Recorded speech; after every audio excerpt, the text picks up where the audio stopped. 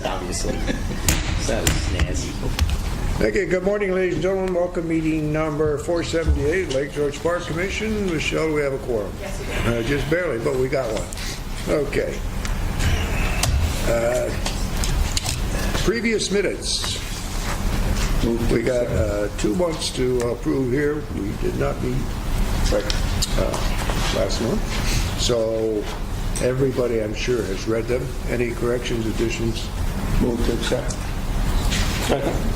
Been moved to approve. It's been seconded. All in favor? Aye. Opposed? Carried. Same thing on the fiscal actions report. On this one is for August and September. Move to accept. Second. Been moved and seconded. All in favor? Aye. Done. The project view actions report. I guess that's up to you, Joe. Resolution 2018-39. Whereas the Commission has received and reviewed the project review actions report prepared by the staff and dated October 16, 2018. Whereas the project review committee recommends acceptance for the project review actions report, now therefore be it resolved that the Commission directs the project review action report be incorporated in the minutes of a full Commission meeting. So moved. Second. Been moved and seconded to approve the fiscal the project review action report. Any comments? All in favor? Aye. Opposed? Carried. Well, we have no projects this morning, but we have some pretty interesting reports. And the first one is Randy Rath from the Lake George Waterkeeper, I believe. No, he's from the LGA. Oh, pardon me. Chris is from the... I almost made a terrible error there. Anyway, he's going to tell us about the E. coli bacteria tracking at Main Darby. Only the park commission would. All right. So we're going to ask you guys if we could to slide to the sides. Oh, I guess over here. Good to see you. It'd be interesting. See the signs. Boys are paying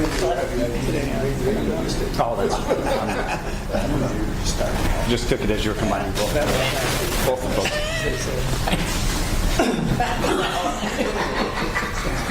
All right, well, I'm going to go ahead and get started. I'll take my time. I don't see Chris here yet, so I guess I can go real long.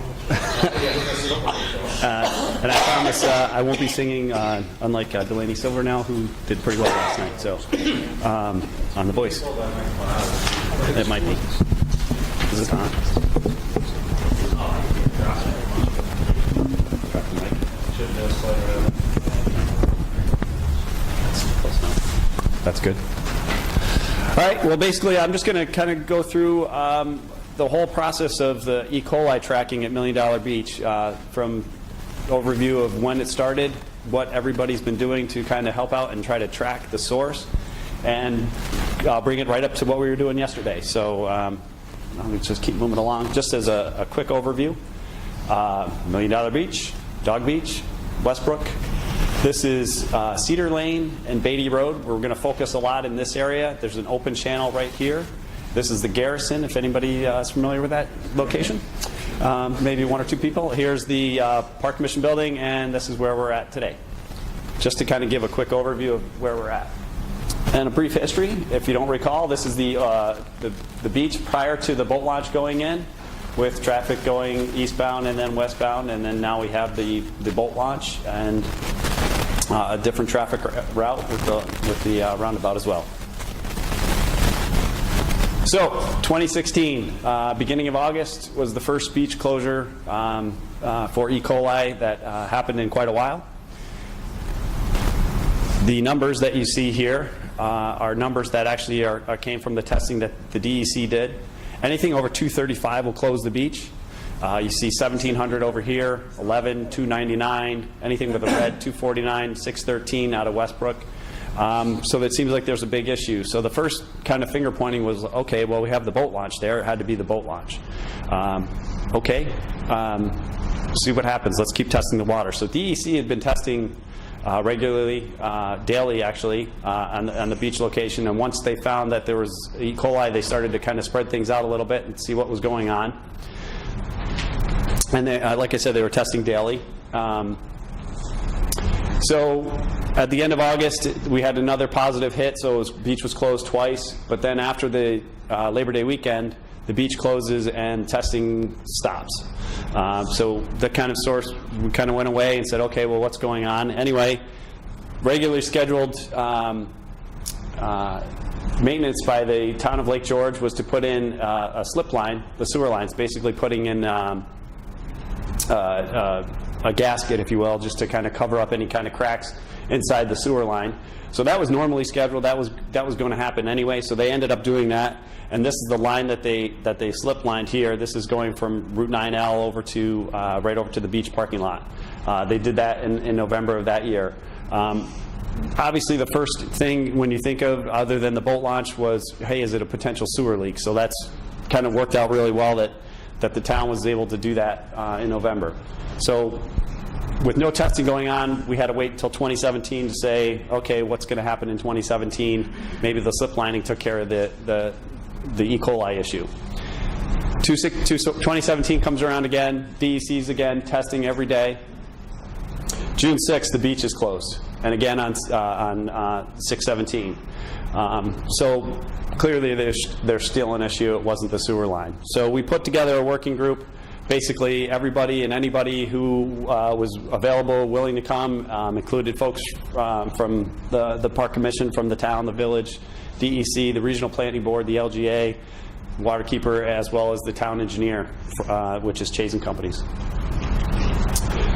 So we went out and did some sewer dye testing, testing the sewer lines. And basically what that involves is here's the dye right here going in, and dumping in the dye in the water, and then everybody sticking their head in the sewer waiting for you to see the dye.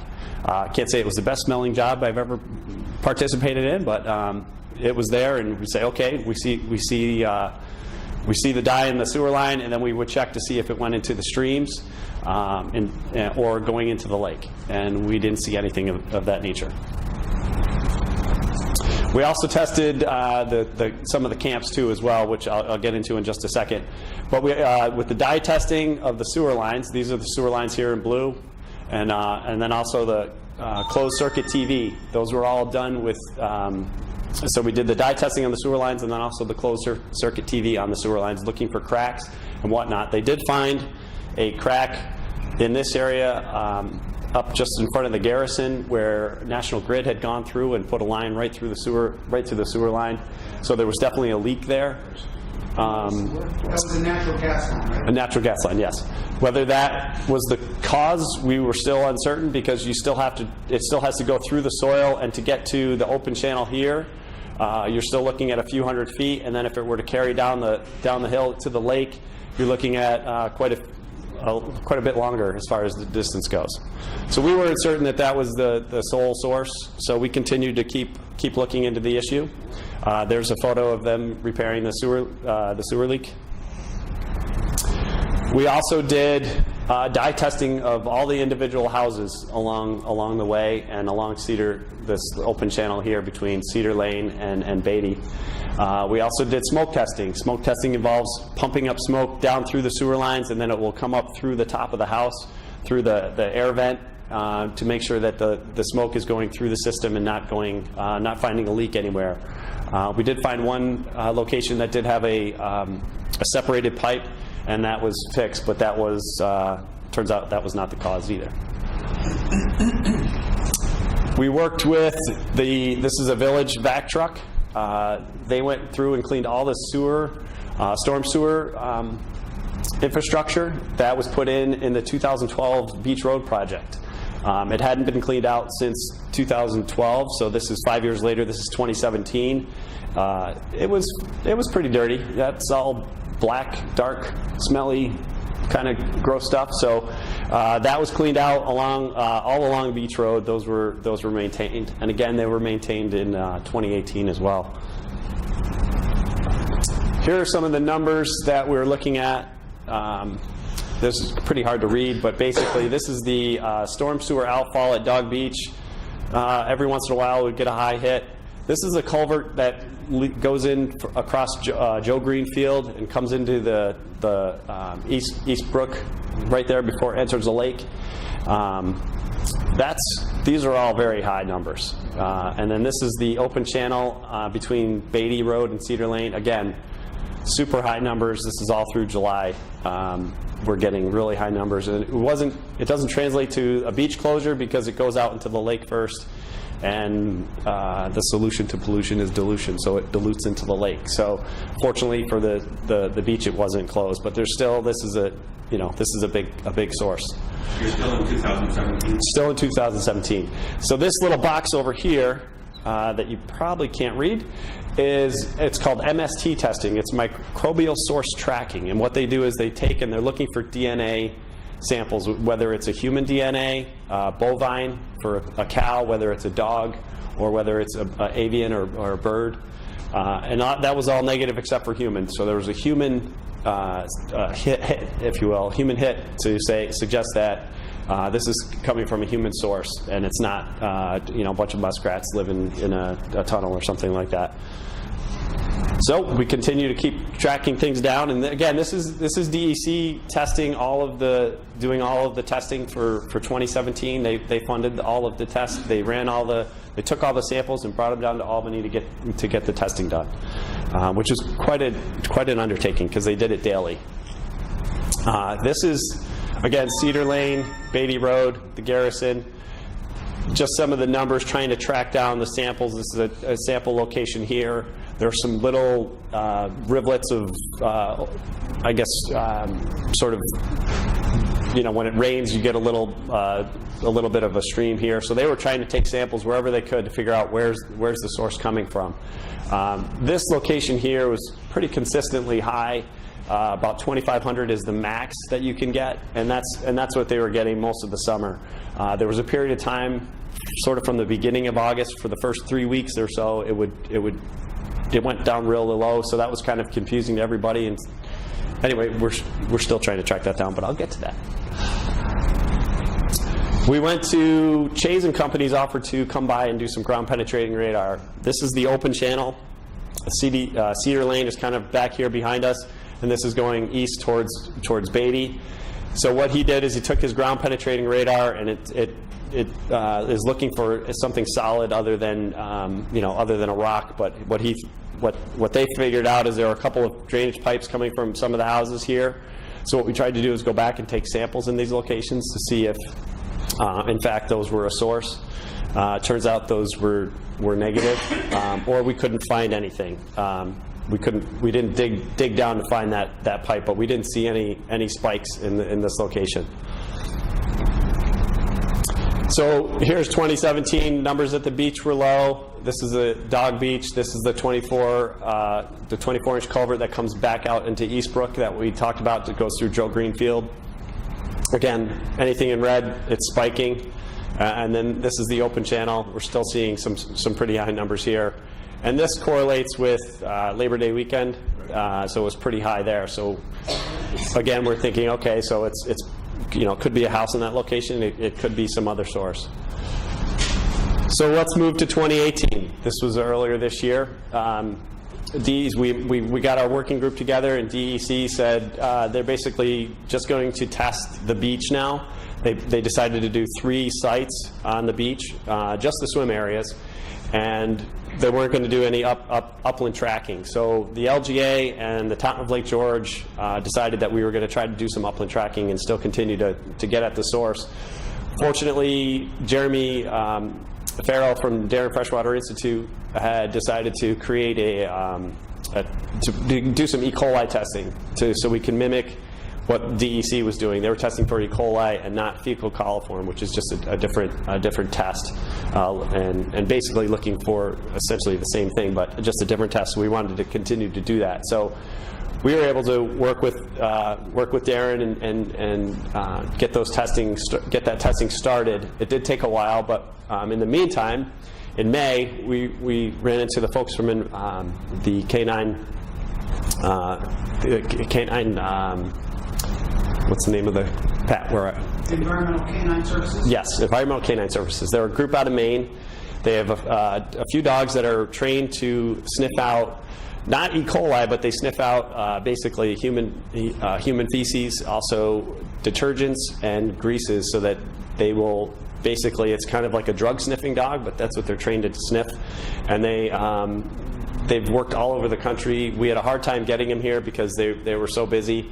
But we did see a presentation in Glens Falls earlier in the spring, and we asked her, Karen, who is, she's right here. She's the owner of the company, and this is her dog, Remy. They were down in Glens Falls doing a presentation. We asked her to swing by the lake on her way home. She was only going out 149 on her way out to Maine, so Jeremy convinced her to come up and take a look at our area. So then from that point, we then collaborated with the town of Lake George to hire them to sniff things out. So here's a couple of action shots walking along $1 Million Beach. This is a storm drain where Remy is actually sitting. That's her alerting to the fact that she smells something that she thinks could be either a human source, detergent, or some sort of grease. So everything was GPSed, and we also tried to take samples of the storm sewer where we could. So she's sniffing. This is a storm sewer, not a sewer. So this is one up on, this is the top of Beach Road here, this is 9L, and this is Bloody Pond Road.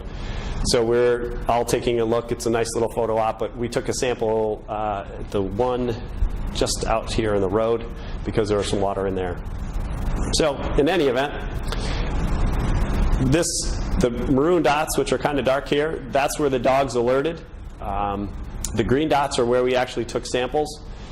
We took 19 samples that day to be tested for E. coli in the lab. 18 of those were positive for E. coli. There was only one location where the dogs alerted, and we got a 0. And that was it was right in this area here, but it was near all the other locations, so it could be just the dogs in the air kind of moving around, and they just kind of got confused. But other than that, it was pretty spot on. They did find a lot of locations. There's a location up here on Mockingbird that the dogs kind of hit here.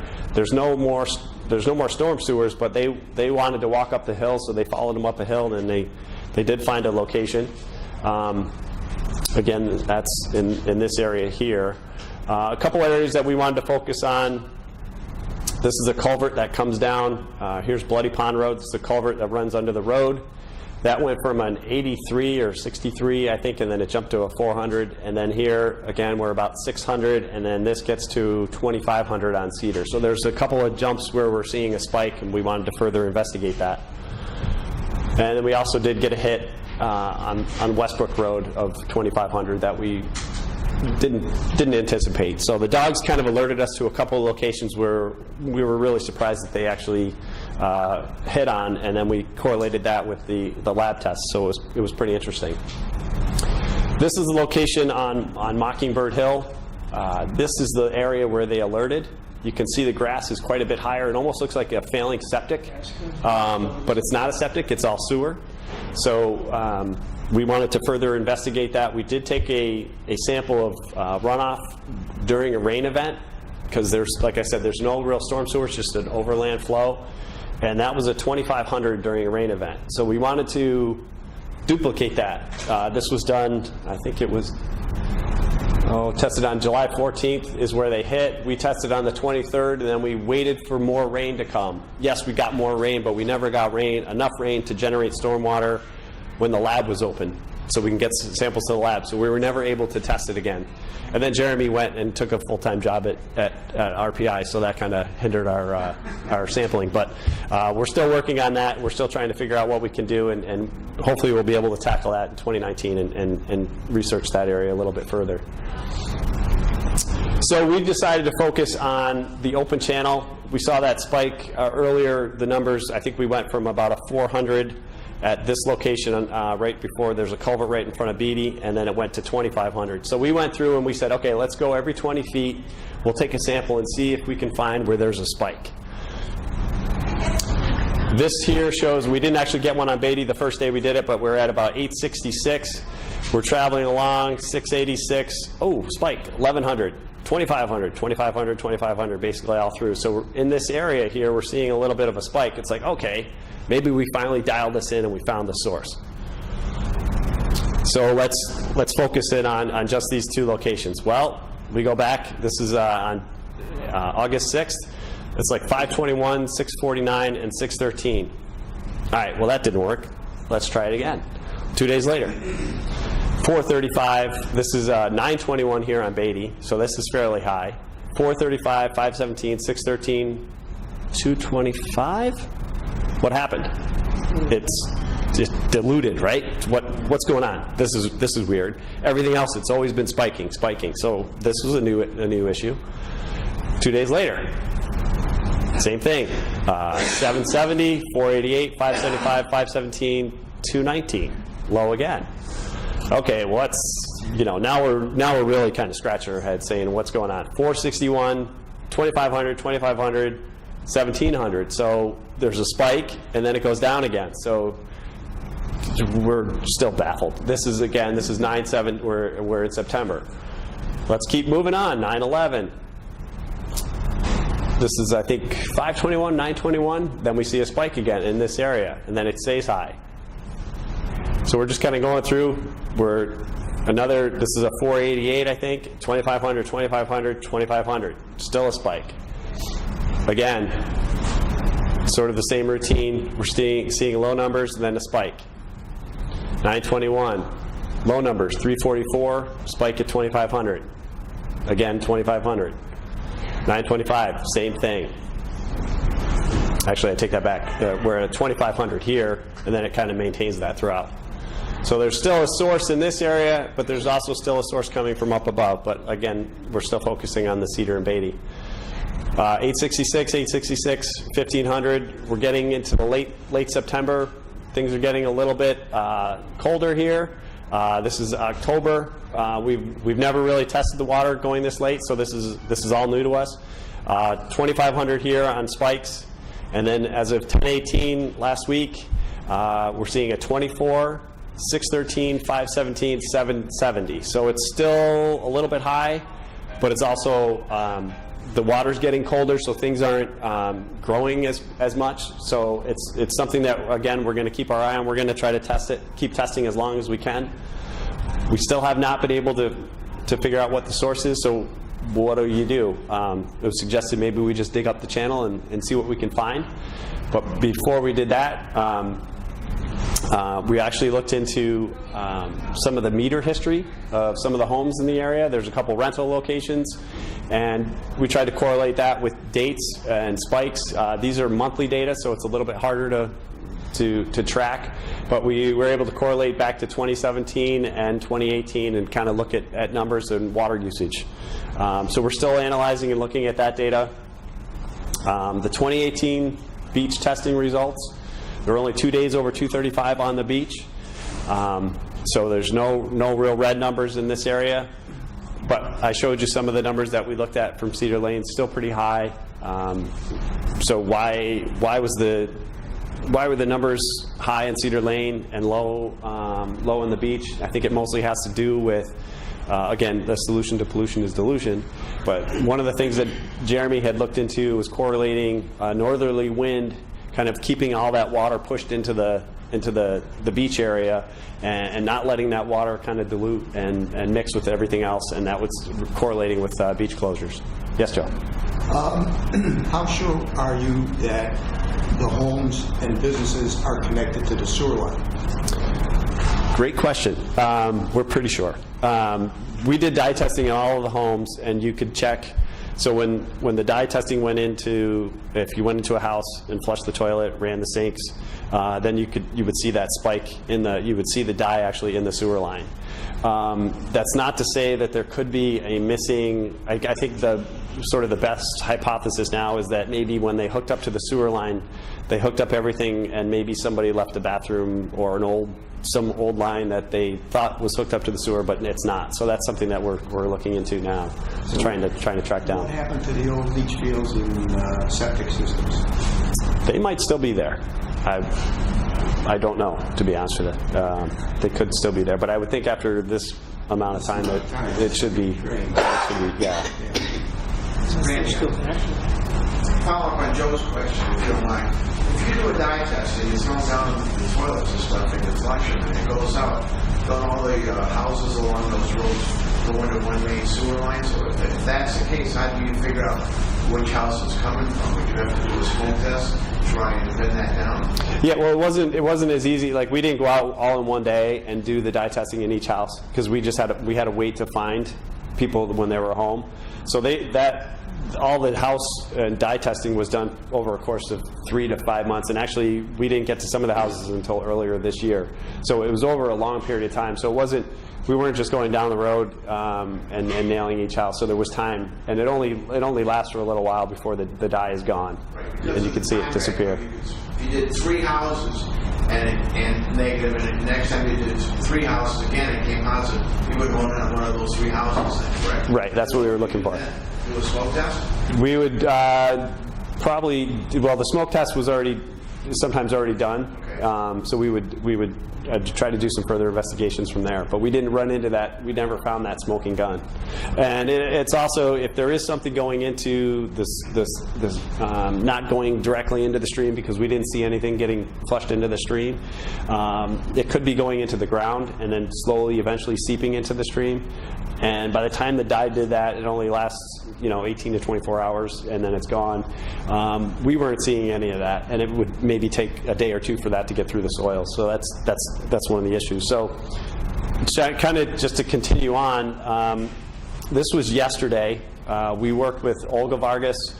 She's here setting up electromagnetic induction unit, and basically what that's doing is looking for soil conductivity in the soil. So we haven't gotten anything back yet, but this is Cedar Lane here. We walk the unit along the stream bed, and on either side of the stream, both. This is back here is on this photo. This is the Beatty Lane side or Beatty Road side. Basically looking for that. Could it be somebody who has an old line that didn't get put onto the sewer line? So we should have results from that in the next few days. We did get some interesting numbers from, this is the front of the house up along this road. We did get some interesting spikes there. So Joe, like you mentioned, it could be an old tank up there. So it'll be interesting to see what that data looks like. But there's no smoking gun. We're continuing to look at everything. Again, we're tracking that E. coli. We're looking to see what it's going to do in the fall. Looking for that source in the open channel. The town of Lake George did get a DEC grant. I believe it was $300 and some odd thousand to slip line more of the sewer lines. They're in the process of doing that now. I think they're taking some of the sewer lines both on Cedar and Beatty, as well as Front Street across Beach Road. So they're doing that now. And the stormwater infrastructure that I mentioned was cleaned out in 2017 and again in 2018. It only took them about 2 hours to clean it out this year in 2018 versus several days back in 2017. So they're going to continue to keep that upkeep and keep everything clean. So again, it's no smoking gun. It's the big who shot JR thing is still going on. We don't know. And it is. And hopefully we'll find something soon. But again, no final answer. So it's still a mystery. There used to be a rumor that you correlate your numbers with just precipitation. We haven't yet. We do have that data. That's early in 2017. There was a pretty strong correlation to the spikes, especially at Cedar Lane. This year was different because we were kind of hit and miss with the rain. But it still seems to be correlated. But the beach closures last year were really correlated with the high rain, and we didn't see that this year because we were kind of all on an email chain, and we got a big storm coming. Look for the beach to be closed on Monday because it's coming in on Sunday, and the numbers only went up. The highest numbers they really had, other than the 2 that closed the beach, were like 49, and everything else was real low, single digits and 10s and 15s. So. And some of that's attributed to the cleaning of the stormwater. Yeah, I think a lot of that was a lot of that, and this other thing. And again, we're not sure why the channel's still really high, but we need to find that source. There used to be a rumor that Battleground campground was not being checked. Yeah, that's, the DEC says that they've checked it, and Mark, I don't know if you have any information on that. I know when we did the dye testing, Roger and Joe were dye testing some of the bathrooms and did find a couple of issues there that I believe were taken care of, but I'm not certain. But some of that infrastructure could be really old and could potentially be a source. But it's not. It wouldn't be a source for the Cedar Lane area where we're seeing some of the spikes there. That's it. All right. Thank you. Check. Good morning, everyone. Chris Nowitzki, Lake George Waterkeeper. We were asked by Dave to come in and give a summary of the work that's been done by many people on the salt reduction initiative around the lake. So that's what we're here to talk about, is our salt reduction initiative. This has been ongoing for a number of years. At the fund, we've focused on it for about the last 4 years, focusing on science. And that's what we'll start off with, is science. And we'll have Jim Sutherland. We're fortunate enough to have him, number one, because we're actually in between monitoring the sewer plants today. This is our field day, so Dave asked us to come in, and we did a break, and then we'll talk about the model for protection and how partnership, innovation, and investment have worked together, and we'll talk about some successes and where we're going forward with. So with that, I'll turn it over to Jim, and a project that he started on, a modeling of salt reduction. That's the advance. Yep. Too many things. Good morning. So this is a switch from field work to a brief presentation. And what I'd like to do with the next few slides is just summarize some of the work that's been going on in the Lake George Basin, work that I've been primarily involved in since the early 90s, in Finkel Brook up in Bolton Landing, the town of Bolton. This is the title, authorship, and journal of a recent publication that we just put out on the work that's been conducted on Finkel Brook. We consider it a long-term data set. As you can see, I initially instrumented the station for discharge and chemistry in the early 1990s, and we continue through the present time, 2018. We sample it currently every 2 weeks. We were fortunate on Finkel Brook to have a research scientist from the New York State Department of Health, Wolfgang Fuß, did a series of streams in the Lake George drainage basin back in 1970 and 71. And that data set enabled us to basically look at a 48-year set of data. It wasn't continuous, but it was over a long enough period of time that we could look at the data, particularly sodium and chloride and discharge, i.e. flow in the stream, and come up with a model that could be used to predict what would happen in Lake George if certain scenarios regarding salt application were used. The work that we did in 2016, well, that was the most recent work that was done with my colleagues that were on the previous slide. But the important findings from the work that we did during that particular year were as follows. And as you all know, road salt consists of sodium and chloride.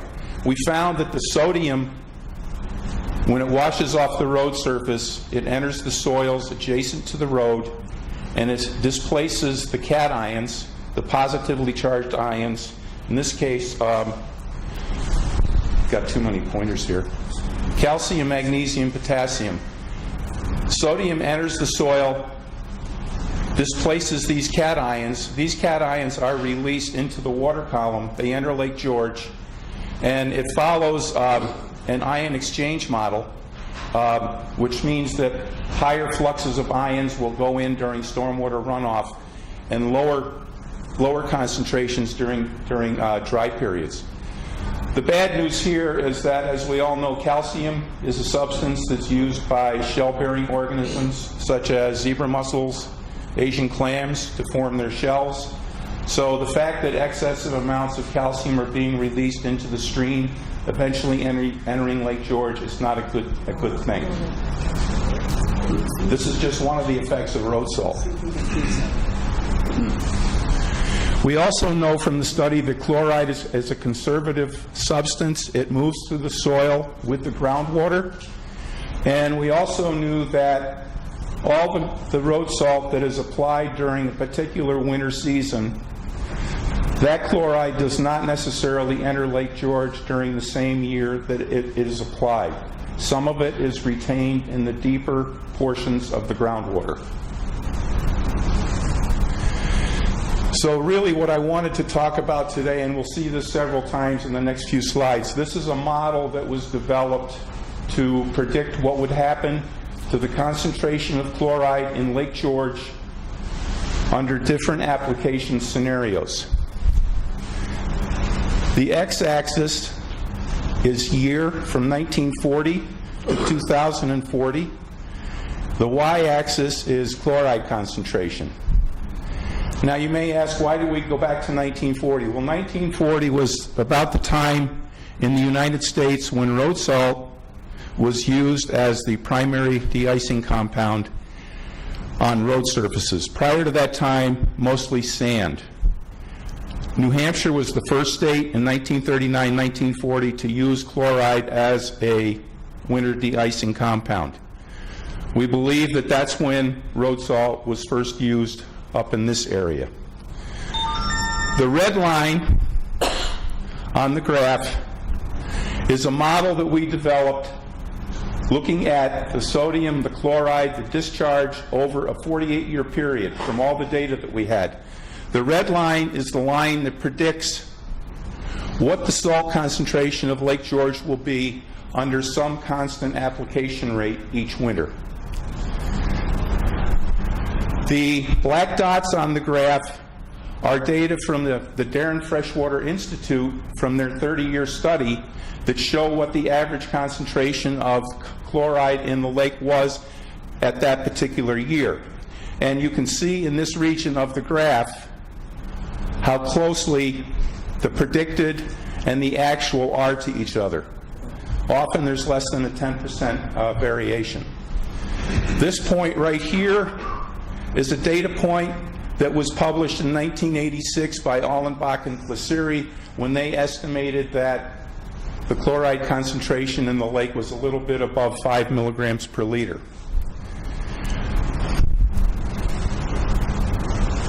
Now, the reason we were able to look back to the 1940s and figure out what the baseline chloride concentration was is because we still have situations in the Lake George Basin today where we can sample streams that are above developed areas where there is no influence of road salt being applied to those portions of the watershed, and one of those examples is Finkel Brook. This is the Finkel Brook watershed.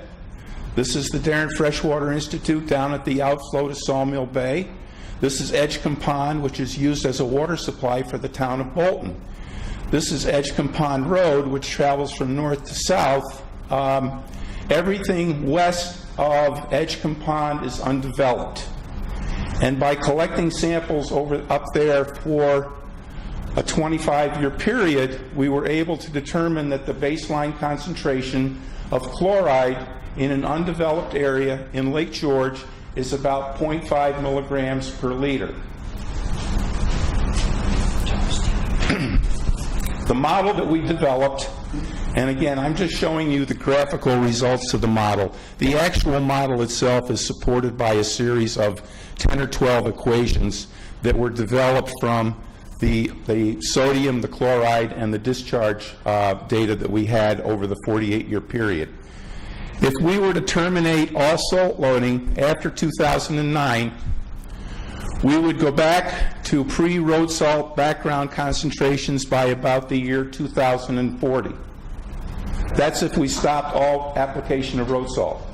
That is not feasible, because up here in the wintertime, we need to maintain the highways and keep them safe.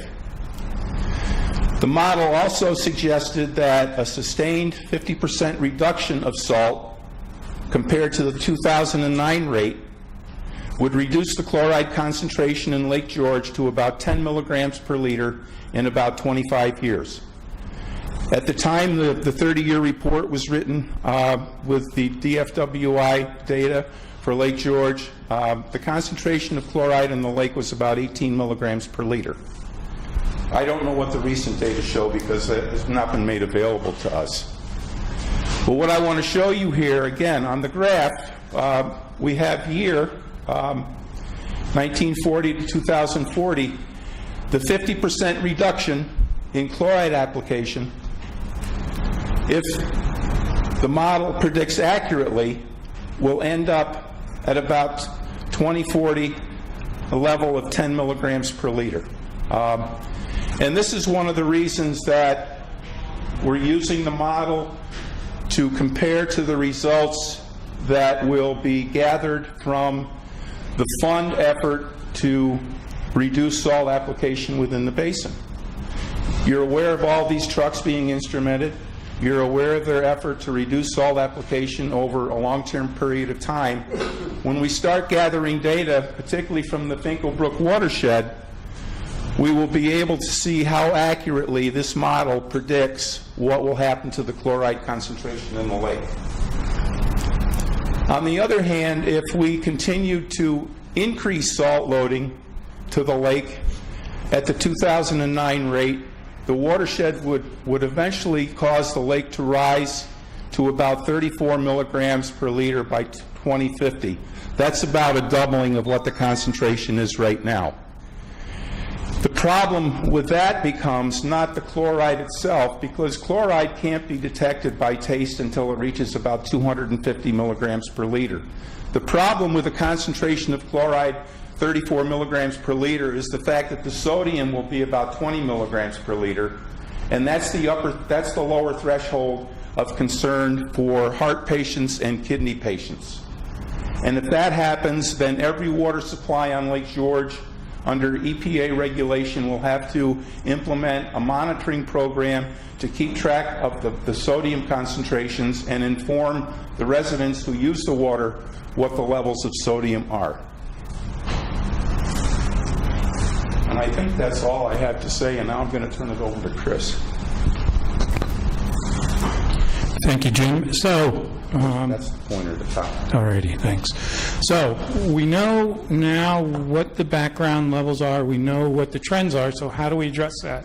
So we'll talk about how we use partnership, innovation, and investment to move towards a reduction. This really started, a lot of work was started back in the days of the Watershed Coalition. But to address this, we really worked with the Save Lake George Partnership, the same model that was put together for invasive species. We got together with the Save Lake George Partnership, municipalities, Lake George Association, the fund, and we worked on a MOU. So how do we address that?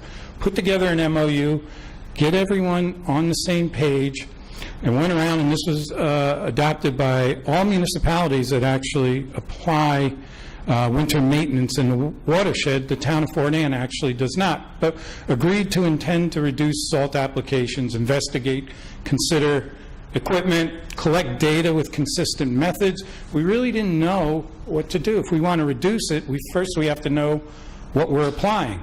Then we assess tailor application rates for various situations, establish education and training. We cannot reduce it and put that burden on our highway departments unless we provide training and education, and agreed to participate in an annual salt summit, which actually, this is a photo from the beginning of the month in this very room where we had our highest attendance at the salt summit, our highest sponsorship to really bring experts in from the Lake George Park Commission. Dave Wick spoke to people from Montana State, flew in and talked about the data and really to provide economic background to show the importance of the reduction of road salt and how we can maintain safe roads but reduce the budgets.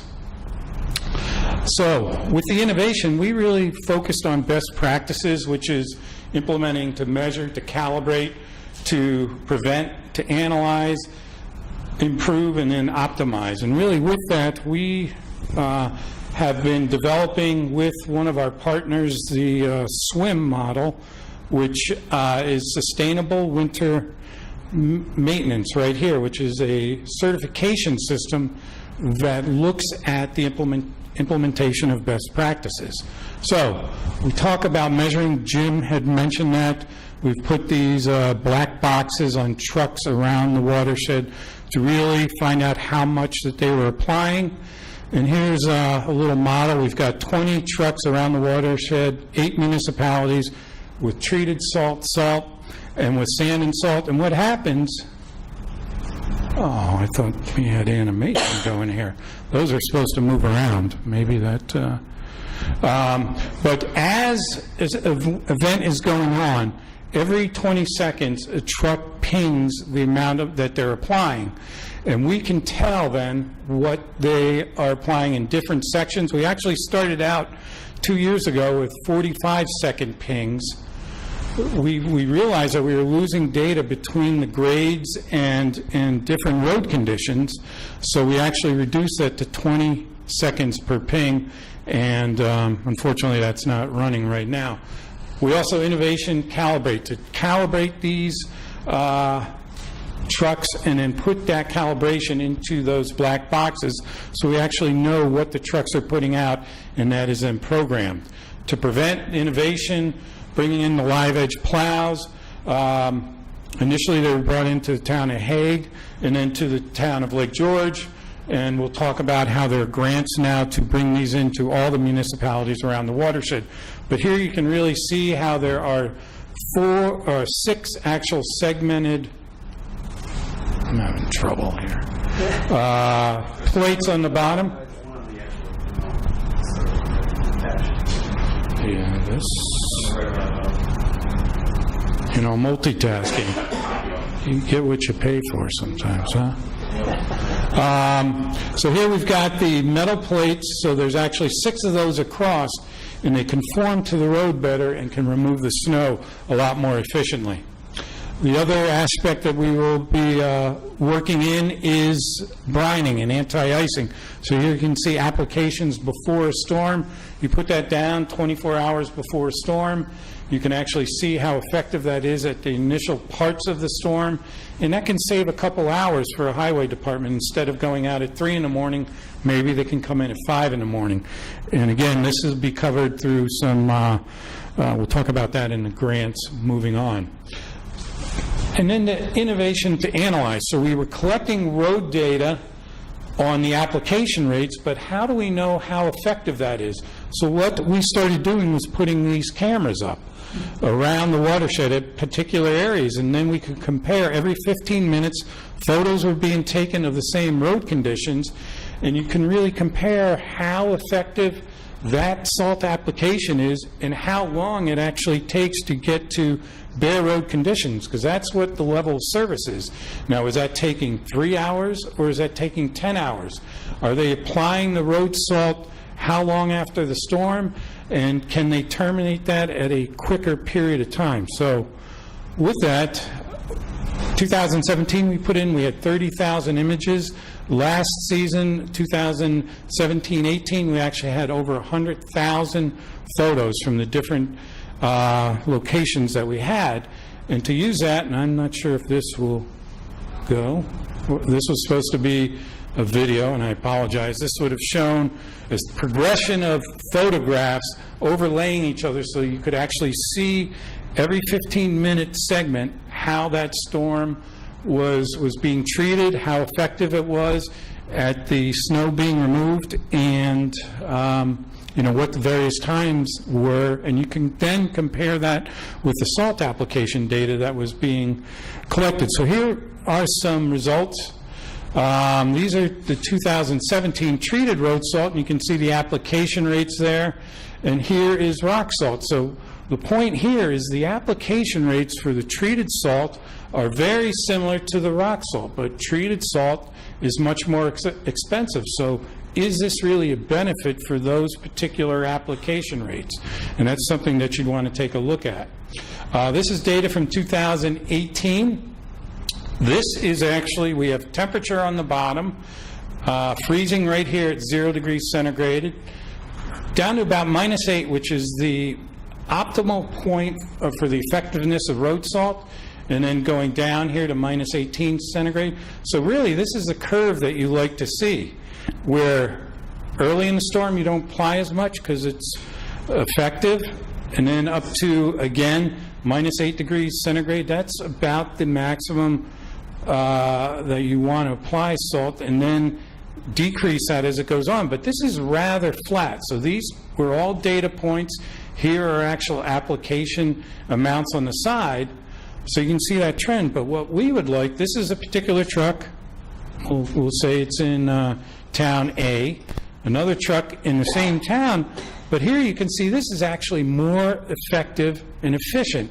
Much lower rates applying salt here when it's warmer. As it gets colder to this point at -8 centigrade, that's about when you reach your maximum, and then it drops off significantly as it gets colder when the salt is less effective. You don't need to add that. So this is a trend that we would like to see, and this is how we want to use this data to work with the operators. Live edge plows, 2017, town of Lake George. Truck 13 is using 40% less salt than truck 42. Halfway through the season, we switched the plows.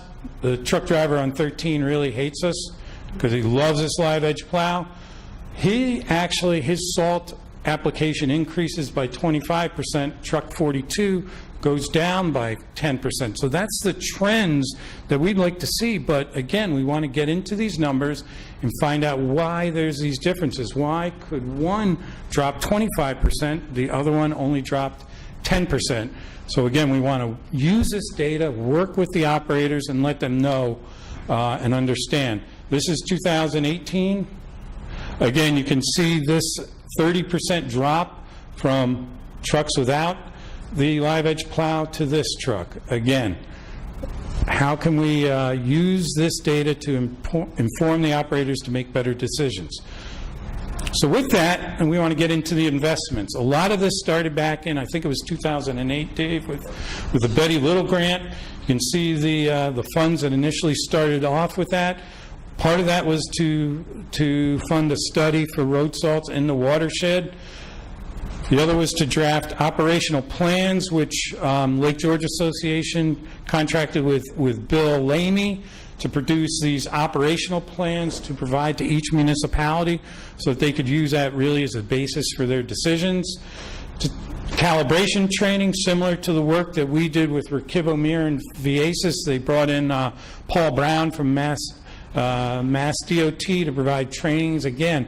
And our goal, this is something we have to go over and over again with the operators. They really should be calibrating more than once a year. We had to bring the trainers in to really get them to do that once a year. They should be doing this maybe once a month to really improve their efficiency and when they're getting out there. The other investment from this was the equipment temperature sensors to provide, I think it was a total 22, Randy, is that right? 22 of these on the trucks around the municipalities so that the truck drivers would know what the road temperature is. Again, we saw the importance of temperature in the previous slides on salt applications.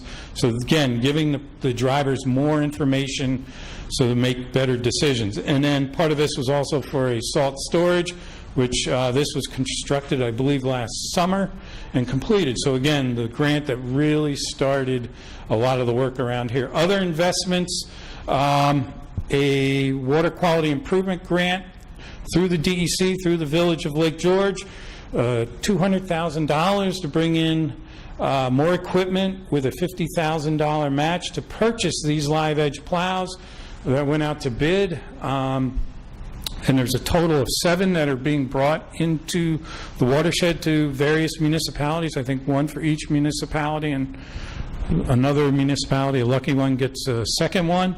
But with that, again, you saw how that tied to the reduction of salt.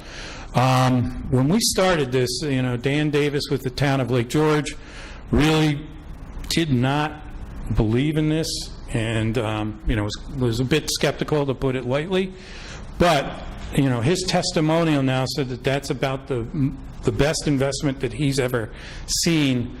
To try to reduce road salt. So he's a strong backer of that. Along with that, we're actually contracting, we being the fund, actually with the Metal Plus providers of the Live Edge plows, and are actually providing those at wholesale costs through the municipalities so that we can actually help reduce the cost and to allow this grant to go further. Other parts of this is put out a bid so that each municipality will be provided storage tanks for brining, and we saw the brine and the effectiveness of that earlier, and to have spreaders provided. Through a lot of work that Dave Wick did in investigation, there's actually going to be a wholesale provider of brine to municipalities, really a regional supplier that takes one of the concerns and costs off of the town, and we'll also use that to increase training. There's also another grant, and I wasn't sure, Dave, is this 40,000 or 400?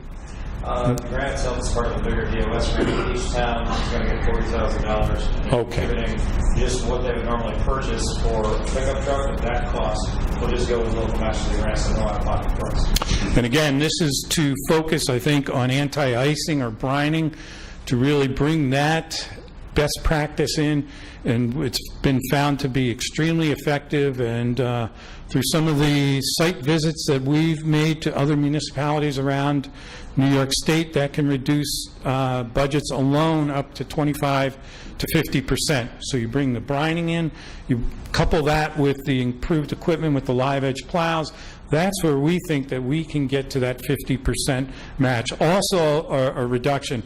Also, along with that is the improved education of the plow drivers with that data that we're providing and showing them the effectiveness in the training. Other investments by organizations, our organization involved in about $478,000 for the tracking equipment and the analysis and working with that. Live Edge plows, we provided a grant for pre-wetting equipment for the town of Lake George so that they can actually start creating brine at the hopper during the storm.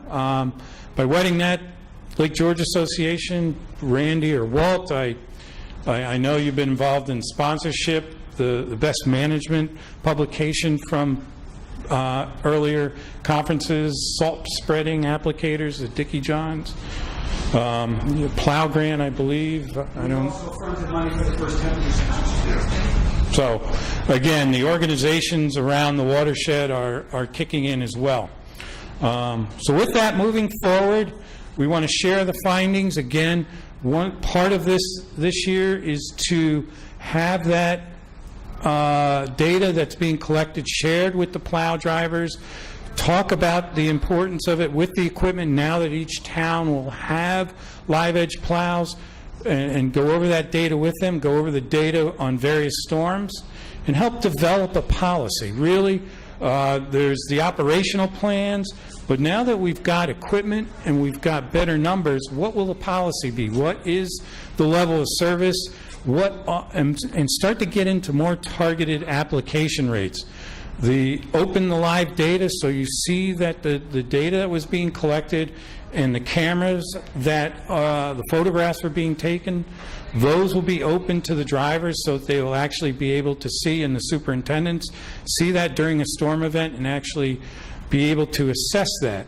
The first couple of years that this was up, we wanted to, number one, fine-tune that, and we wanted, number two, to have the drivers understand the practices a bit more and not be worried about the numbers. We felt that if they came in too soon, they'd just focus on what the numbers were and not the practices. Similar to, analogy, if you want to lose weight, you just don't focus on the weight number that you want to get to, but you want to focus on the practices, the exercise, the diet, stuff like that. So that's kind of the mode that we thought with the data. Enables self-assessment. What that means is now that you've got that information, you'll have the live data, the operators will now be able to take a look at the event that occurred, see what their rates were, and see how they could improve that. And to improve that, use that through the grants that Dave and others have secured through DEC to purchase that equipment and really bring that in so that we can seek that 50% reduction. And the other thing that we didn't talk about in this, but we're starting to move into now, is to engage the private sector. It's been said that about half of the salt applied in the watershed is actually through the private sector.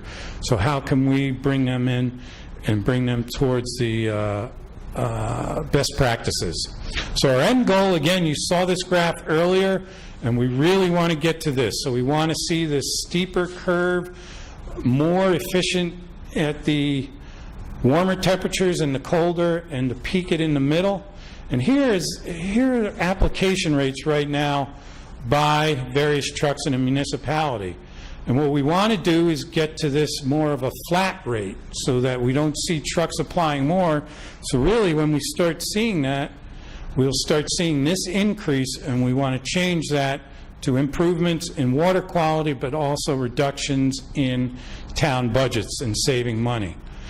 And our end goal is to really, this is the town of Lake George at the Salt Summit. They received the first ever SWIM certification through WIT Advisors for the Sustainable Winter Management Practices. And they reached that threshold through an evaluation and assessment. We would like to see one of these bronze plaques on all the municipalities around the watershed to reach that reduction goal and implementation of the practices. And with that, it'll take partnership by everybody and really the investments that we're seeing. So with that, I'll take any questions, and thank you. Remind me what the difference in sodium, the amounts of sodium that go on a road, rock salt to brine. How much does brine reduce? I know it reduces scatter, but brine is how much is salt reduced? 23.3% sodium chloride. So right there you're seeing a flat-off reduction of 75%. But it's also the application rates. The town of Lake George, when they were starting this, were about 20 gallons to 25 gallons per lane mile. So that's on one direction. So if on a mile road and 2 lanes of traffic, there's 2 lane miles.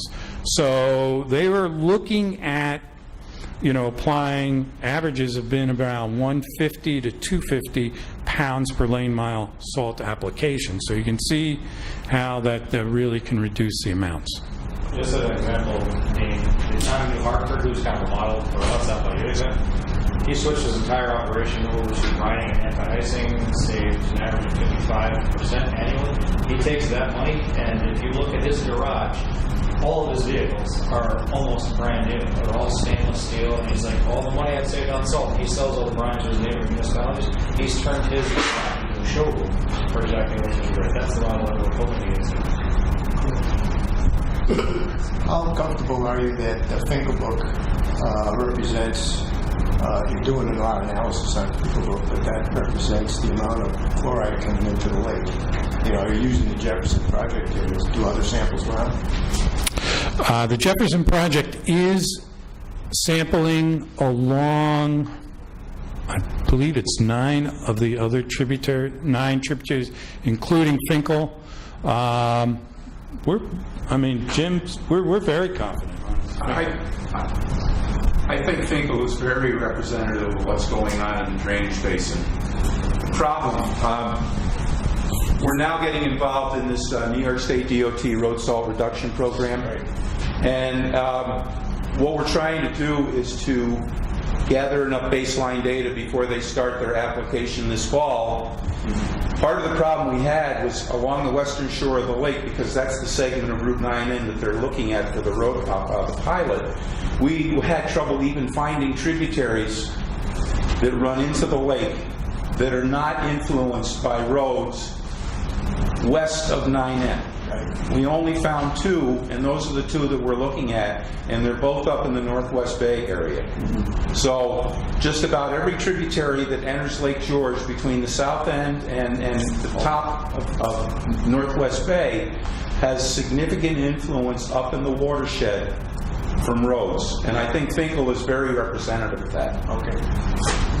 And also with that pilot project, which I didn't include in the partners, I forgot that with DOT and their pilot project, we're actually doing analysis and data collection on control streams outside of their pilot study. So where along 9L, where they will not have a reduction, and along Route 9, where they will not have a reduction, so we can then compare where they claim there'll be reductions to where, and then we'll see Do you have any what the... anticipation by DOT for the Northway? For the what, Northway? Northway, yeah. Oh, the Northway. No indication of No. that yet. No, they did not. That's not part of the pilot. I think we're very fortunate that we got their attention to the extent that they were willing to consider the pilot here on 9N and then a similar segment of road up in the Lake Placid to Whiteface Mountain Highway. Just So to as far as mention, you know, Jim, there has been no effort by DOT to reduce their salt on the Northway?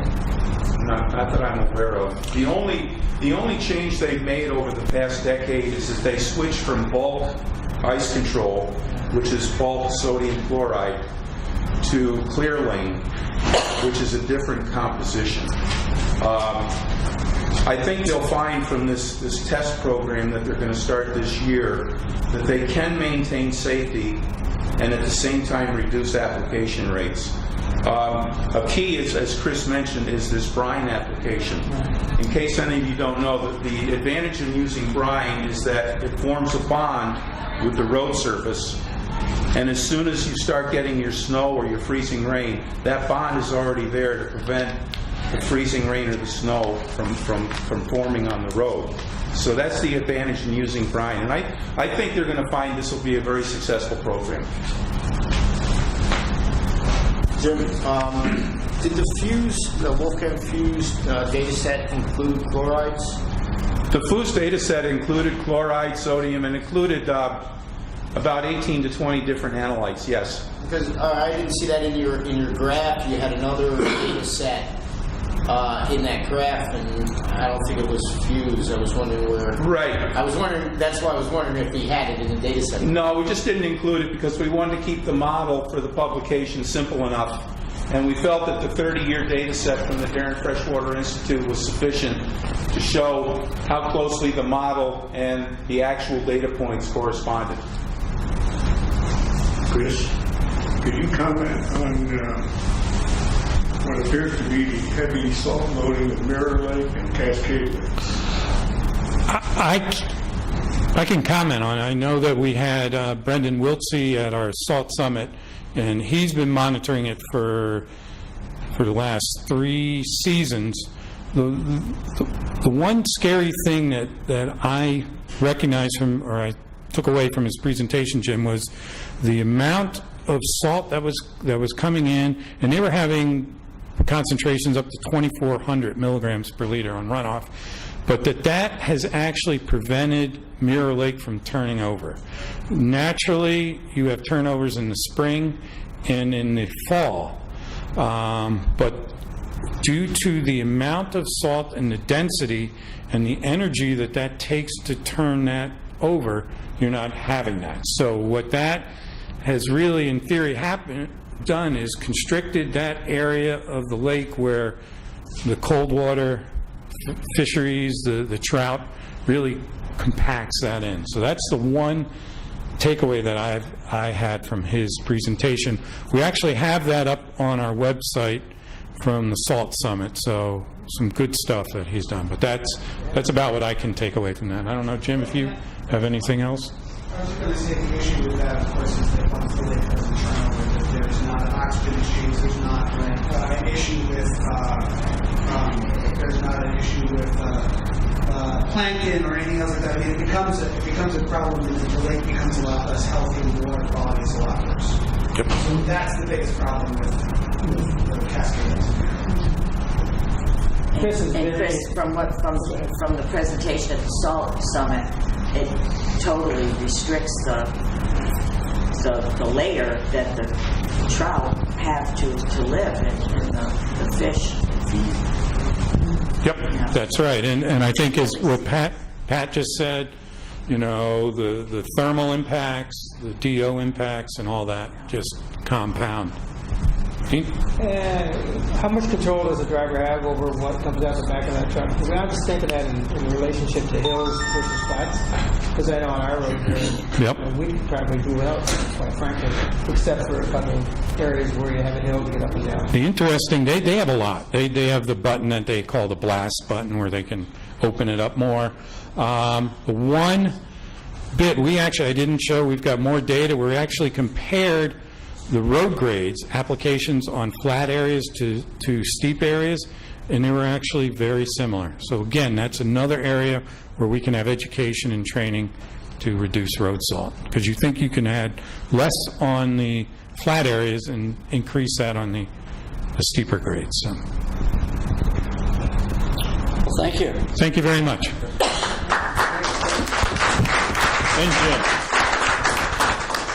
Thank you, Chris. I think people that are here can see the one advantage that, as far as I know, Lake George has over just about any other lake in this state of the country is the cooperation between local government and support groups like the LGA and the fund. Without that, we got the seed money, some of it from the state, but without the local efforts, none of this would be done. I thank you personally.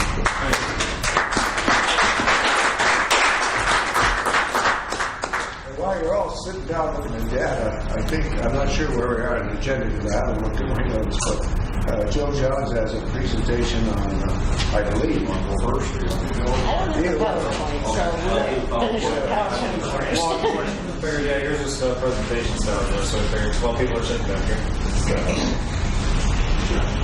Okay, Dave asked me to do a quick overview of 2018 on the water. Joe, can you grab the mic because it's recording? Do I have to? Yeah. I'll just stand here. Okay. The patrol worked approximately 5,900 hours this year, which is about average, maybe down a few hours. Of that 5,900 hours, 576 hours was spent checking boat launches, doing the clam survey, spending time at the launches, just making sure that everything's working well with the AIS. Early in the season, we cleaned up a lot of debris that was floating in the lake. We had a lot of ice damage this year. Here, I pulled in, that's a 10 by 10 that I pulled into the boat. Thanks. I was surprised I got it in. Pull it up and slide it in. So we were pulling, tying to docks and dragging them in, dragging them to an island, having DEC help us pull them out, things like that. So there's a lot of debris out there in April and May that we were pulling in. Training is a big part of what we do out there. This right here is from New York State Parks, one of their schools. New York State Parks conducts 4 weeks of training every year on Lake George. Sergeant Paccioni and Sergeant Ross both teach at those schools. They bring in officers from all around the state. Angela also went to Long Island twice and Rochester once to assist in their training as well. This year we had a lot of training with the firearms and baton and for qualifications. We want to thank Warren County Sheriff's Department and their instructors for assisting us in that. So, there we go. Training. The patrol spent 644 hours training. That includes the parks training and instructing for both sergeants. We also had one of our officers took a week-long class for New York State Parks training and the firearms and baton training. So, also what we do is education. We conduct 3 motor safety education classes each year. This one is at the LGA office. Each year they provide their office for us. We appreciate that. Bolton Fire Department also lets us use their area. And we teach at the Great Upstate Boat Show down in Queensbury. So 31 students this year. We have 5 officers on duty that are instructors that assist in teaching that. We also go out, and this is at Adirondack Camp up in Putnam. Myself and another officer brought a boat up there. We taught them, what we do. We talked to them about what we do. We showed them the equipment on the boat. We may possibly teach a boater safety education course up there next year for them if they're interested. So, emergency response, we respond to all types of things, fires like this one. It was during the summer, searches, accidents, go to the islands for domestics, just whatever we needed, we go out for. This boat burned up in August, I believe. That's the remnants of it, just the shell of it left. Went down into 60 feet of water and was pulled up the next day. This is a boating accident. This boat hit an island so hard it broke the whole inside away from the shell of the boat. So, How'd the driver do? I think we had a possible broken ankle is all that happened on that. So they got very lucky on that one. Searches. On August 17th, we had a 5-year-old girl that was lost up on Black Mountain. That was called in. This is a bloodhound from state police that was brought in, so we assisted in bringing the bloodhound out. We had officers up on the mountain looking for the girl. She actually walked out to Marine Patrol at the bottom of the mountain, and they put her on the boat. It was one of the Warren County Sheriff's officers put her on the boat, and they gave her their lunch, and she was happy till her family got down there. She seemed to have a good time. So all worked out well there. We go out to sunken boats a lot. This one was up in Hague a couple weeks ago. This broke away from a dock and flipped over during the storm. All kinds of boats on the rocks. This one here is a rental boat. Went up on one of the shoals, so they pulled it off. Okay. Patrol responded to 1,112 incidences on the lake. 270 calls were dispatched through Warren County Dispatch. There were a total of 18 boating accidents this year, 18 with injuries, 10 without. Most of the injuries were minor. We had a few prop cuts, which were serious, but nothing life-threatening. We had 3 boat fires, 2 fires on the islands. There were 50 calls for rescues, EMS calls and searches, and 54 investigations, whether, that's boating accident investigations, dock investigations, things like that. Okay, Log Bay Day 2018. Here's a picture of Log Bay. This is the way we, like to see it. That worked out well. Okay. We set up, just like we did last year, we called in other agencies. Warren County Sheriff's Department had their boats out there. Washington County Sheriff's Department brought in a boat. New York State Park Police brought in 2 boats and 2 jet skis. DEC brought in 2 boats. This year, we set up checkpoints just like we did last year. This year, no tickets were issued, no BWIs, nothing. Everything, it was a very safe day on the lake. Everyone behaved, so worked out well. So, regular patrol finds all kinds of things out there while they're just out there patrolling.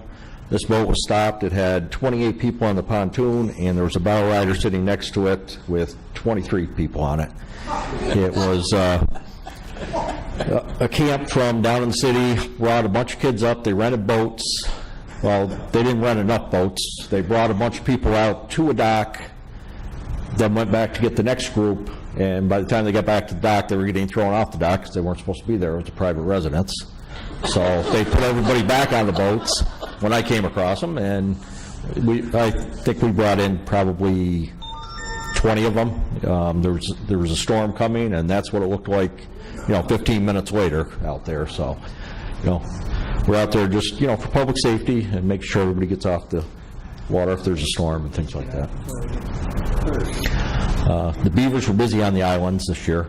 You can see that several islands up in the Mother Bunch, the beavers really attacked the trees. I put that there because we're not only on the water, we're on the land. We're assisting other agencies.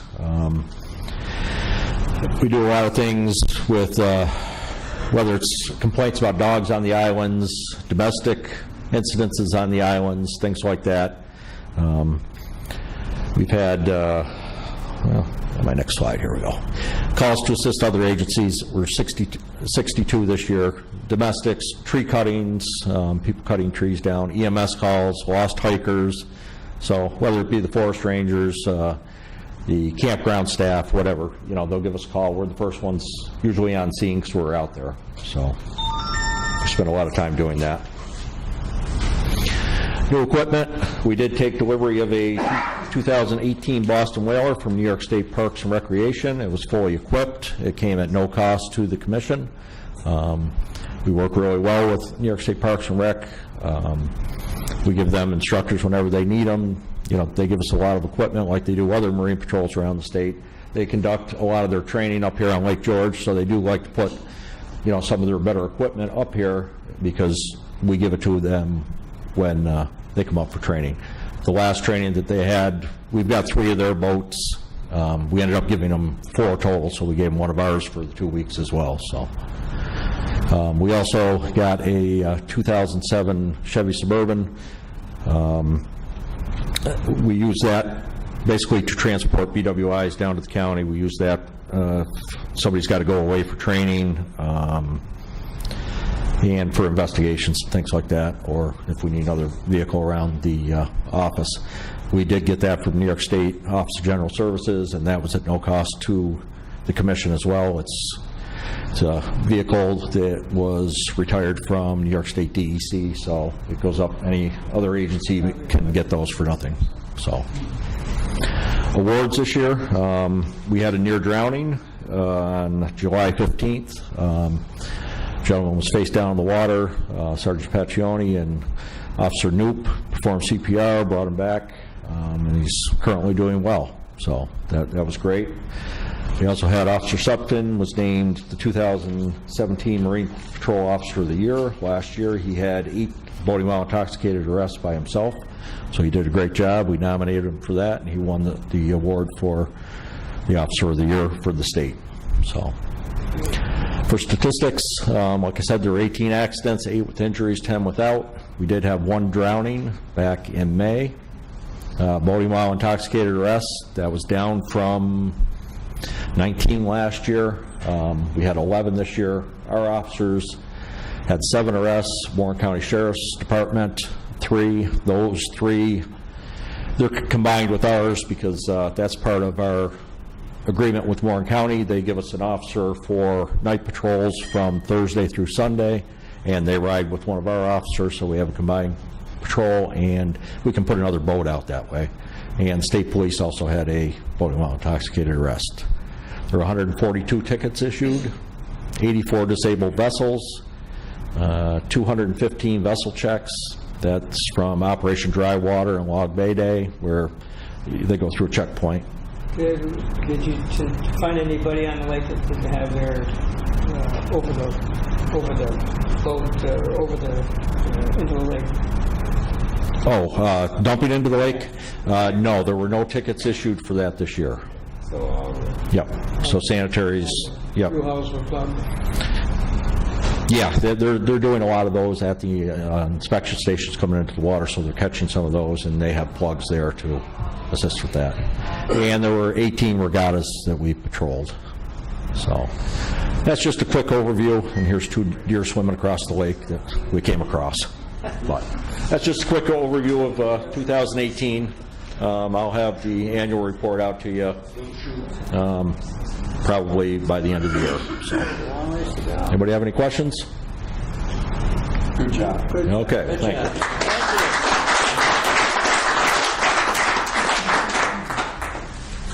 Okay. I think the visual presentation is over. You can get back to the sheet. Molly's gonna. The visiting vice chairman.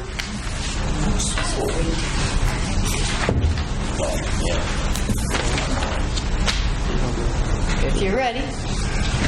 Okay, I don't know where we are on the agenda, but I know that Molly has some stuff to tell us, and I hope you're not saturated yet, because behind the scenes, she does a lot of work. Well, David asked me to give you about 5 minutes worth on the state of our DOC program. And I thought I'd give you, in a nutshell, just a little bit of the history of the DOC program, the trends, and why it's taking so long for everybody to get their permits this year. So, all right. The DOC mooring program is over 37 years old right now, and it's only been changed in the regulations twice. Apparently they did a really good job in drawing it up, and it's been working well for us.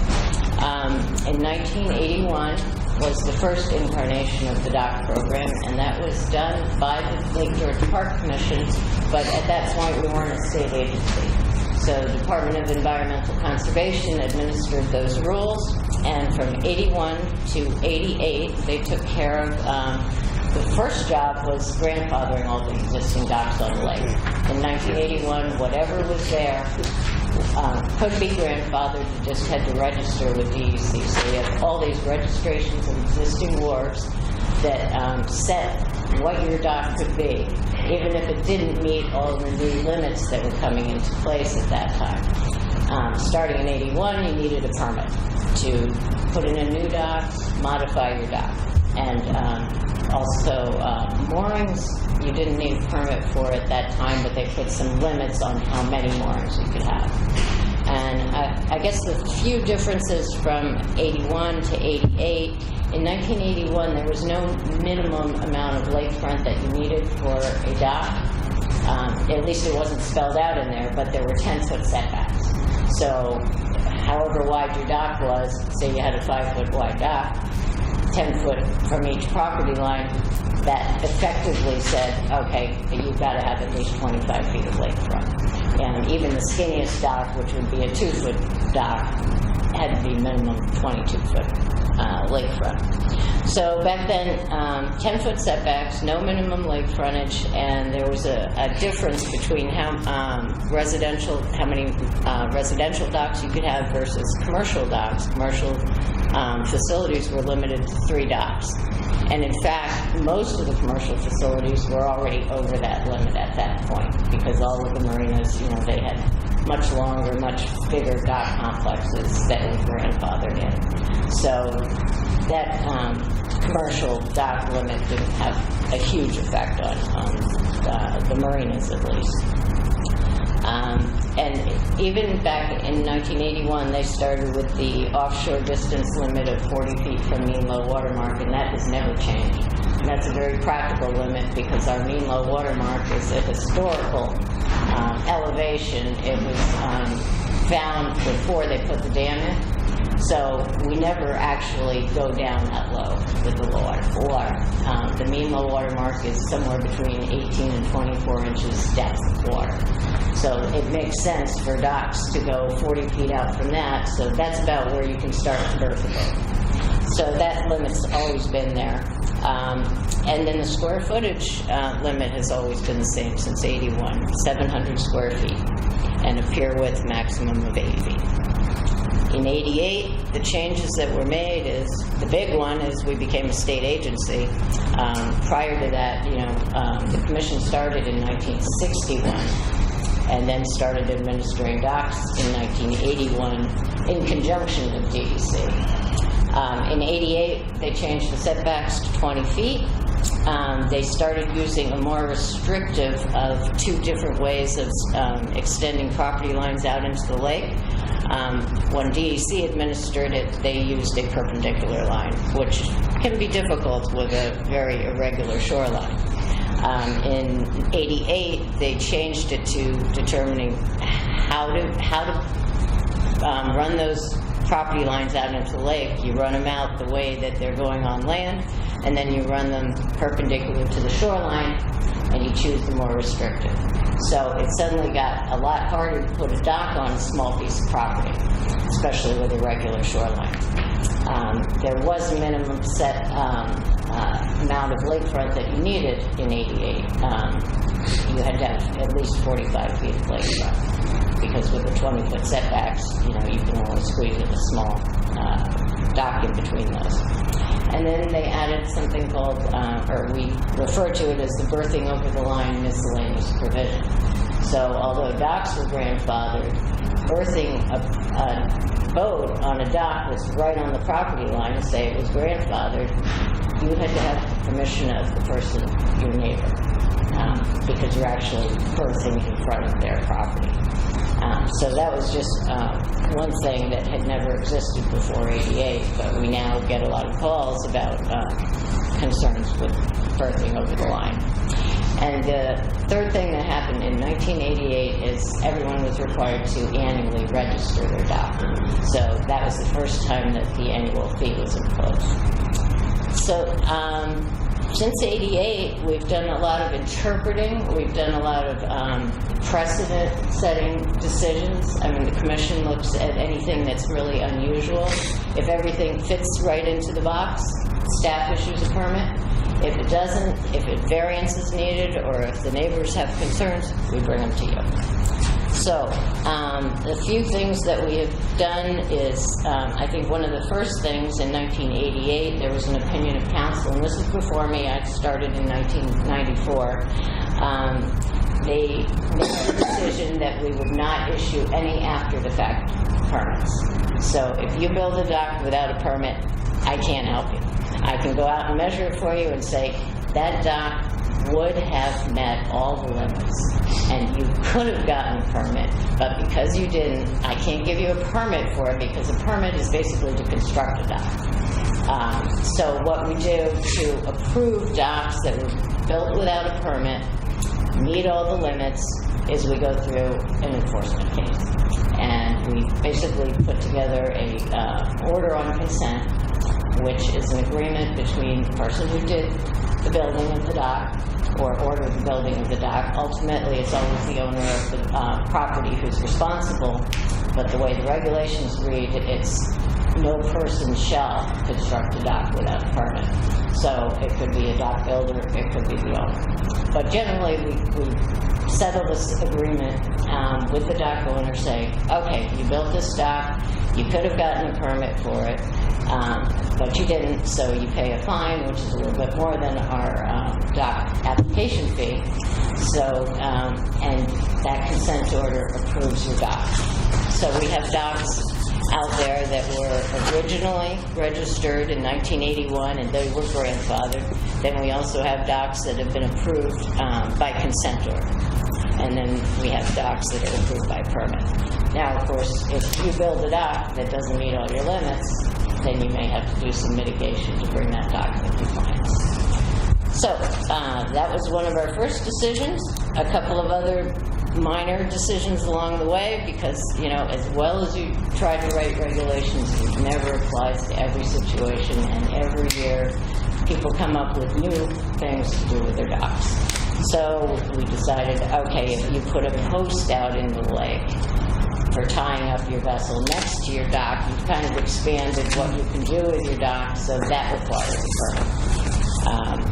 The way our regulations define docks is any structure used for berthing vessels. So that includes posts for tying vessels. It included boat lifts, and we had a long conversation about boat lifts in '96, and put together a procedure memorandum that explained, where can a boat lift be, and yes, you need a permit for it.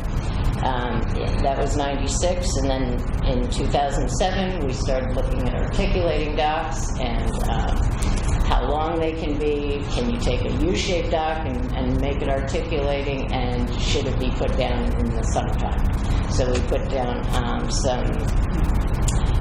we didn't change the regulations, but we did change the commission's instructions to staff, and when we issue an articulating dock permit, seasonal limits for when the dock has to be down and when the dock can be raised up. We did a methodology on the setbacks for finding that perpendicular line in 2009 in response to one situation where the neighbors were arguing and the commission had to be arbiter. And then I guess in 2015 we started thinking about all the decisions, precedent decisions that we've made on docks and their appurtenant structures, we call them, such as wicks and cleats and diving boards and various other things. So we did a memo on that. And that's really the small things that we've done to kind of get ourselves on board and act consistently in issuing our permits. So I'd given you this before, and I also included the procedural and other changes. We made actually more decisions about existing docks and how you could modify them within the context of the regulations. And we did a lot on boathouses because, strangely enough, nothing in our regulations mentions boathouses. The word isn't in there, sun deck isn't in there, boat cover isn't in there. But we do have jurisdiction because we have rules about structures over docks. So that's how they're referred to, and we had to get a little bit more tighter on some of that.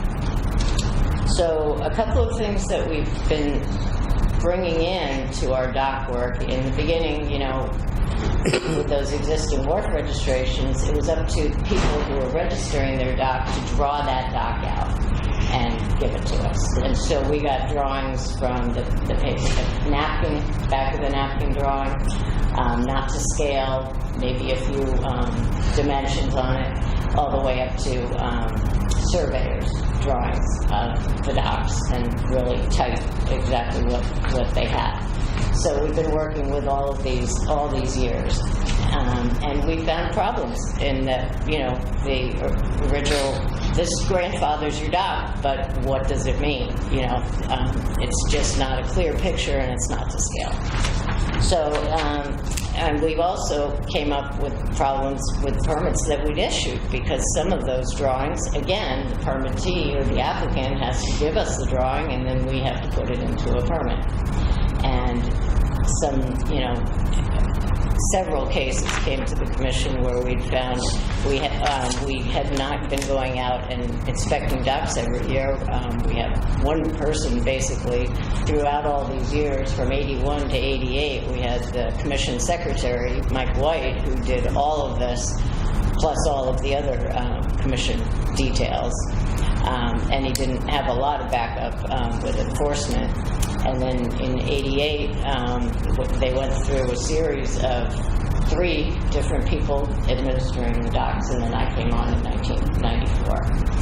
And so we've got lots of permits out there, and there was no routine final inspection for permits until 2013. So at that point, we really realized that one person could not do all of those inspections and do all the applications and all that. So each year, Dave initiated this. I gather up all the permit.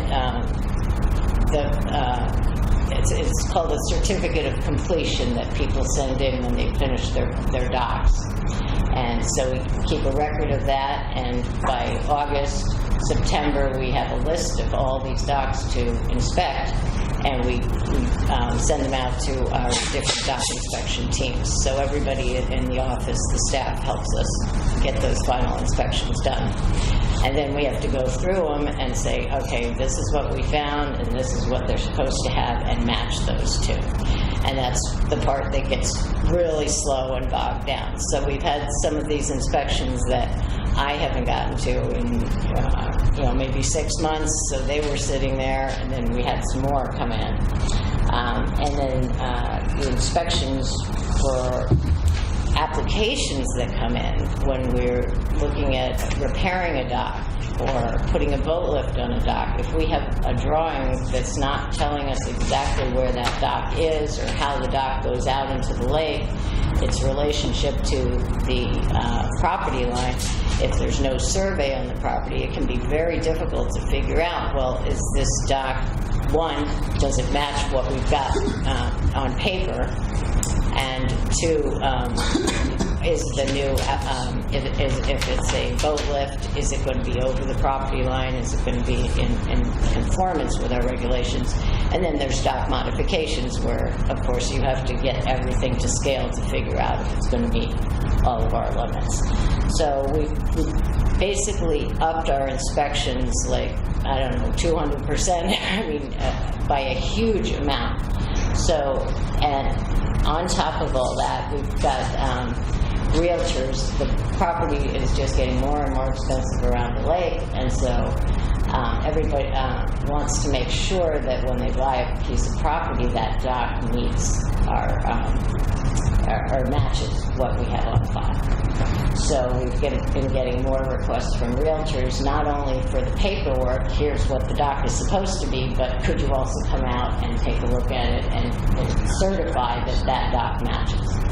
So all of these inspections added on to the ice damage from this year and got me very, very behind in my applications.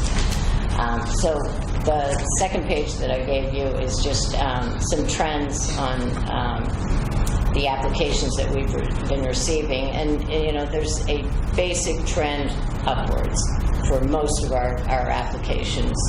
We get a little bit more each year, but it's not huge. It's not a huge increase, except for this year where we looked at crib dock repairs, and I took the same period of time, because we're not through the entire year yet, but in 2016 we had 24, 2017 we had 7, and this year we had 41 repairs to docks.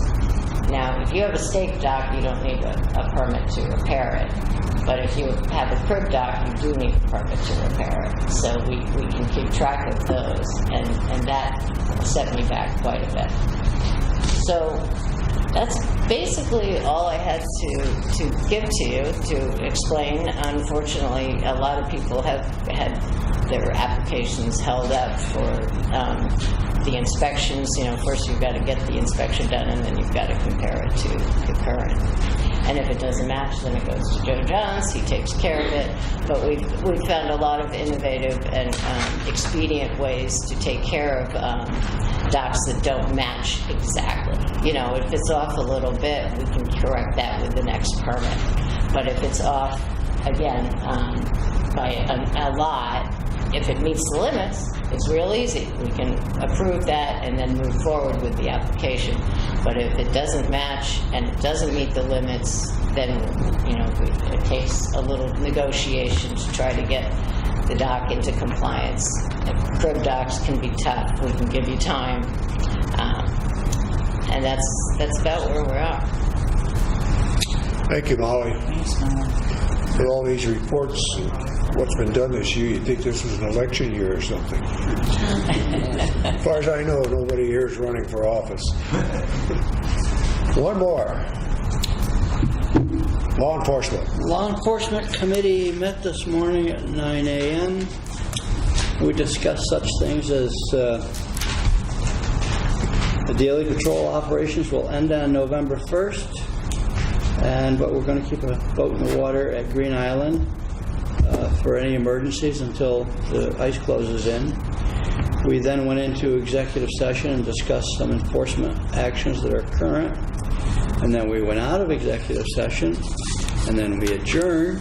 And I have a resolution, 2018-40, whereas the Law Enforcement Committee met October 23rd, 2018, to review matters pertaining to the Lake George Park Commission's Marine Patrol and the Commission's law enforcement program, and whereas active law enforcement cases and their status were reviewed in executive session, and whereas the Law Enforcement Committee has reported on the results of that committee meeting at this full commission meeting, and whereas the Law Enforcement Committee recommends acceptance of this month's law enforcement report, now therefore be it resolved that the Commission accepts the report of the Law Enforcement Committee, and I would make that a motion, Mr. Chairman. And I'll second it. It's been moved and seconded to approve the report of the Law Enforcement Committee. Any comments? All in favor? Aye. Opposed? Carried. Somebody in the audience want to say something after listening to all this public comments? I know Steve wants to say something. You're on, Steve. First of all, I appreciate the work the Park Commission has been doing, and I appreciate the work especially that we got a receipt notification down at Hague that Dave has provided live edge plow, a wing, a couple line holding tanks and a dispenser. We're going to participate in that. We've paid some money to help that, and we really appreciate it. We think it's going to help the town a lot, help the road. And first of all, obviously, the road, when you guys come up next year, the road should be done, so you won't be bounced all over the place when you come back to Hague, so that's a plus. And I think that will help us try and become a sustainable management program town. That's what we're going to be working for this year, and we appreciate the help from you guys, as well as what the fund has helped us with, and as well as the LGA moving forward on that. So we really appreciate your help on that. Thank you very much. And also, when I walked in, Ken said, well, we talked about the kayak flags, and we appreciate moving forward. That's a safety issue. We're all on the lake. I think it's moving in the right direction. So thank you again for all of your support. Thank you. Thank you, Steve. Any more comments like that? Hearing none. Hearing none. I heard that. I heard a second. Do we want to discuss it? All in favor of adjournment? Aye. Done.